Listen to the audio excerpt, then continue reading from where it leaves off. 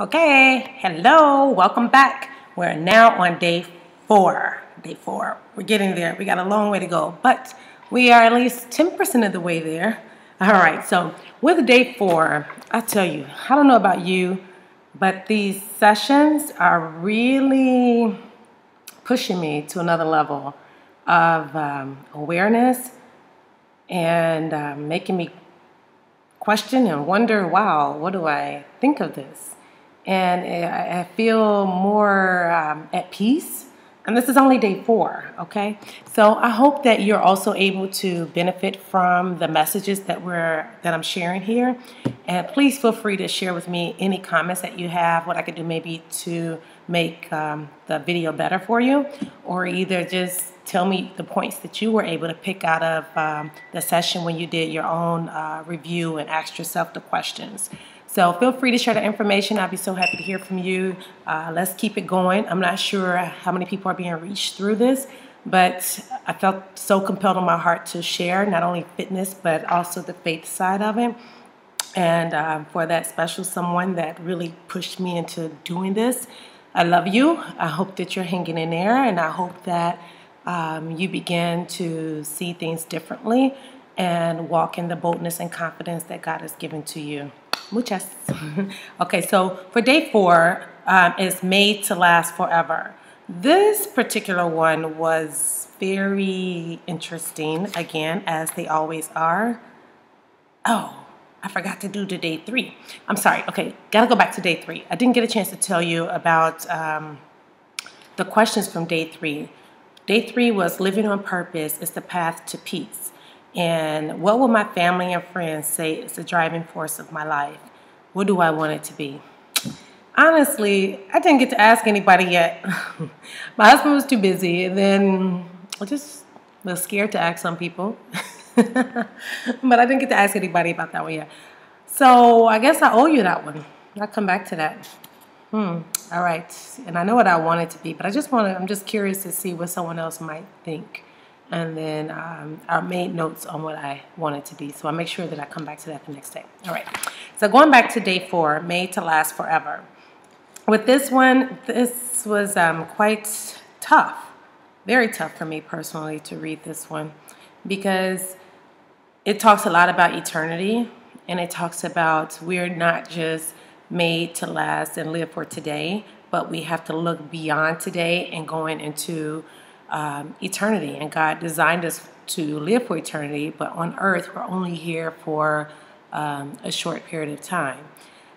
I said this was challenging for me personally to go through, because I try not to think about it. I don't want to think about it. But in reading through this, I'm coming to terms that it's life. And like I said, I guess as I get older, I'm learning more about, I'm seeing more people that are dying. Some that are dying in their 30s, some in their 40s. Really tragic deaths that are happening. And it just goes to show that we're not promised tomorrow. So we have to live it up, life it up, all that we can. Here, he's going through some verses. So one, God has planted eternity in the human heart, and that's Ecclesiastes 3:11.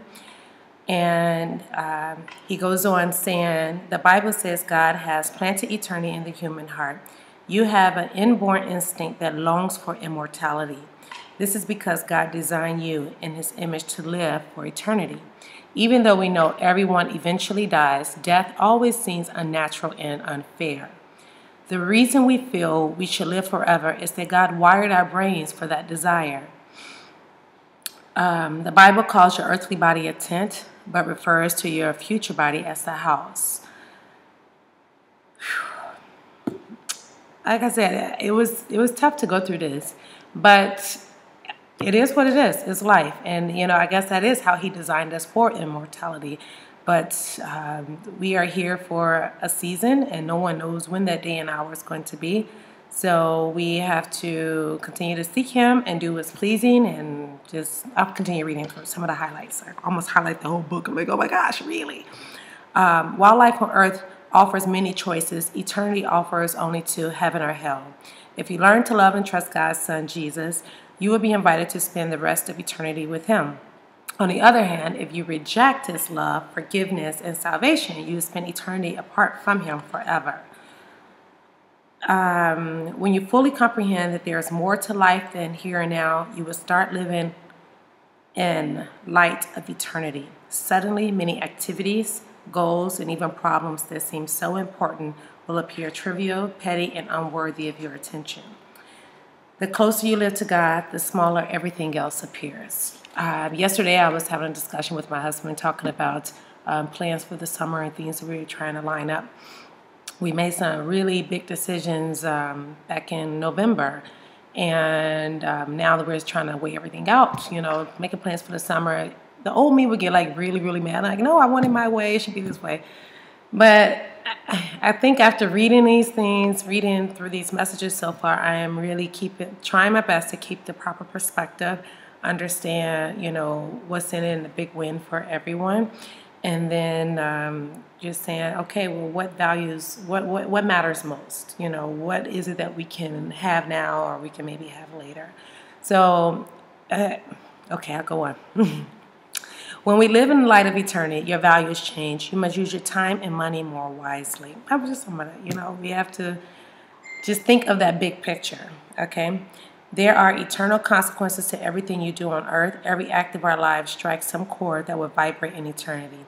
To make the most of your life, you must keep the vision of eternity continually in your mind and the value of it in your heart. There's more to life than just the here and now.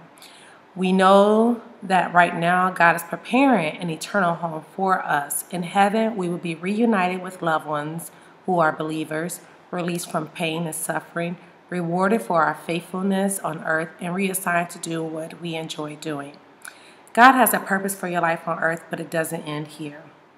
And then you may feel that it's morbid to think about death, but actually it's unhealthy to live in denial of death and not consider what is inevitable. I think that's where I got really hit because, like I said, I don't really want to talk about it. Okay, that's something else that's beyond me. I know we'll face today one day. I don't want to talk about it, but I don't want to be so blinded by it and then, again, get caught up into some of the petty things and then lose sight of the big opportunities that we have in life to grow and to do good works because I'm throwing a pity party or because I'm struggling in some area. So I really highlighted that part right there. It's unhealthy to live in denial like that, but just making sure that we are moving forward. So if you have a relationship with God through Jesus, you don't need to fear death. It is the door to eternity. It will be your last hour of your time on earth, but it won't be the last of you. With that in mind, I also think of just leaving a legacy, and no matter what I do. Michael Jackson passed, but he definitely left us a legacy. And we don't always have to be superstars and celebrities to do it. For my children, I create like a keepsake box, and I hope that they're able to have it. We did do a will some time ago and wrote in a will things that we wanted people to have. So it's part of life, and we'll accept it. I choose to accept it. I think the better off we're able to accept it, the better off we'll be. The sooner we're able to accept it, the better off we'll be. And then taking it not as in a way to pull us down, but to just inspire our spirit to live a full and complete life. So the questions on here is, it's one more point. It ought to be the business of every day to prepare for our final day. So thinking about my purpose, there's more to life than just here and now. Verse, remember, this world is fading away along with everything it craves, but if you do the will of God, you will live forever. And that's 1 John 2:17. So now for our questions to consider. Since I was made to last forever, what's the one thing I should stop doing and the one thing I should start doing today? Okay, so I did my homework. I hope you're doing your homework and you have some type of journal that you're keeping track of this, because as you start taking notes, ideas come up and things that you're doing is popping up in your mind and you want to take notes. And you want to just have something to go back to and review. Okay, oops, I dropped my pen. Okay, so what I put on here to stop doing, since I was made to last forever, what's the thing I should stop doing and the one thing I should start doing? I thought I should stop living in denial of death. We will all face it one day, so stop sweating, nagging over petty, trivial things, and life it up. Live it up. When I was in college, I remember this quote that I read some time ago. It said, discipline now or regret later. You know, discipline yourself now to do the work that you have to do, or you regret like, wow, I wish I had done it, you know. And I've always kept that mantra in my head. I think about opportunities that come up to go to conferences or to go to a seminar, and I say, oh, this is an opportunity to go. And then I think, well, maybe I shouldn't go. And I said, well, I'd rather do it now than regret later that I didn't do it. Now that I'm learning more about just life and really trying to pursue that purpose, another one that I like is live now or regret later. I don't want to, what I mean by that is not just occupy space in this world and just sit back and be a couch potato and do nothing, but live, have fun, find ways to, you know, make it meaningful, but also exciting. And I think about even our time being in Africa. We've been in Africa now for about 6 years, about 6 years. Yeah, about 6 years. And since we came here, you know, there are some people that, you know, they don't go on vacation. The company, we came here with a company, and then they encourage us to take vacations. And our kids are always off on school break. And my husband would say, well, we don't have to go. We can stay here. I said, no, we're going to go. We got opportunity to go somewhere different that we haven't gone before. Let's explore it. Let's live. I don't want us to be, you know, just so locked up in our comfort zone. We're afraid to venture out and try anything, but live the life that God has given us and try things and go forward. So that's what I put on there, just some mantras that has helped. I don't know if you have any that you like to share with me. I'd be happy to learn about it, but those are the two that really helped me to stay on track. Discipline now, regret later. Live now or regret later. I just don't want to look back years from now and say, wow, I wish I had went on that bike ride with him. Now I can't do it because my legs is this, or my arms are that, or I wish I had you know, went to the birthday party with this person because, you know, I thought this was good. I wish I had gone to the party with this person. I didn't do it because I wasn't feeling good, or I was in this funk and I couldn't get out of it, you know?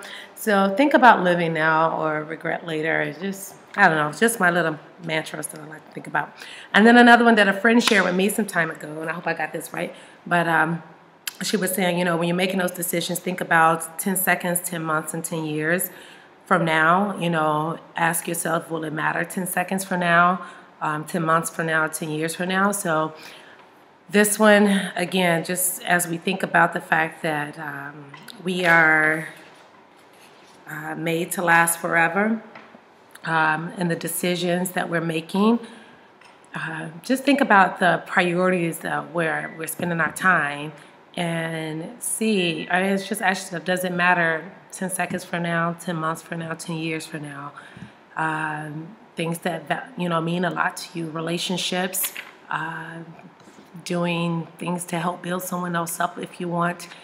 It may cost you some time, and it may cost you an opportunity to do something else, but, you know, just something else. Just ask yourself, will it matter 10 years from now? Probably will. Maybe this person will remember, maybe not. Maybe it will help them in their decision. Okay? All right. I think I went on and on. I'd love to hear from you. Tell me what you think. Today, we're going to work on our stomach. We got to get that tummy toned up a bit. So I'll give you a few exercises to go through with your tummy. And then tomorrow, we'll go through with day 5. So let me know what you think. And again, like I said, I'd be happy to talk with you and share any other insights that I find from doing this. I think that's all that I have on here. But ask yourself those questions. What are things you can stop doing? What are those things that you can start doing?